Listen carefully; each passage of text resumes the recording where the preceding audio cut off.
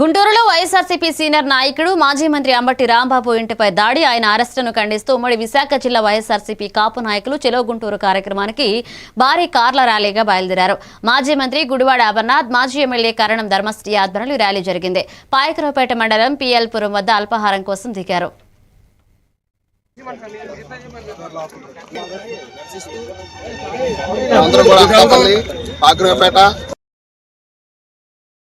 ఎత్తున వారి కుటుంబ సభ్యులందరికీ కూడా సంఘీభావంగా ఉండాలనేటువంటి ఉద్దేశంతో ఈరోజు ఉమ్మడి విశాఖపట్నం జిల్లా నుంచి పెద్ద ఎత్తున వైఎస్ఆర్ కాంగ్రెస్ పార్టీ శ్రేణులు, అలాగే పార్టీలో ఉన్నటువంటి కాపు సామాజిక వర్గానికి సంబంధించినటువంటి నేతలందరూ కూడా ఈ రోజు బయలుదేరి, లేకపోతే వారిని హతమారుస్తాం, ఎలిమినేట్ చేస్తాం, వాళ్ళ మీద దాడులు చేస్తాం, కేసులు పెడతాం అనేటువంటి విధానాన్ని ఇప్పటికన్నా మానుకోవాలి. తప్పకుండా వైఎస్ఆర్ కాంగ్రెస్ పార్టీ అంతా కూడా రాంబాబు గారి కుటుంబానికి తోడుగా ఉంటుంది అనేటువంటి విషయాన్ని మరొకసారి ఈ సందర్భంగా ఈ కార్యక్రమం ద్వారా తెలియజేస్తాను. Thank you.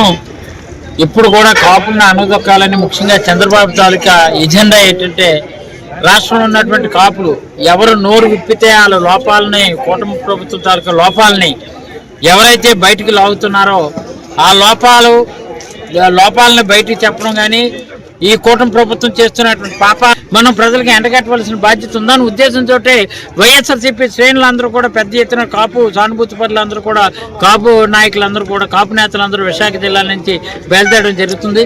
ఆ అంబటికి అండగా ఉంటాం. ఈరోజు కూటమి ప్రభుత్వం చేస్తున్నటువంటి ఆగడాలని ఎండగడతామని మాత్రం మీడియా ద్వారా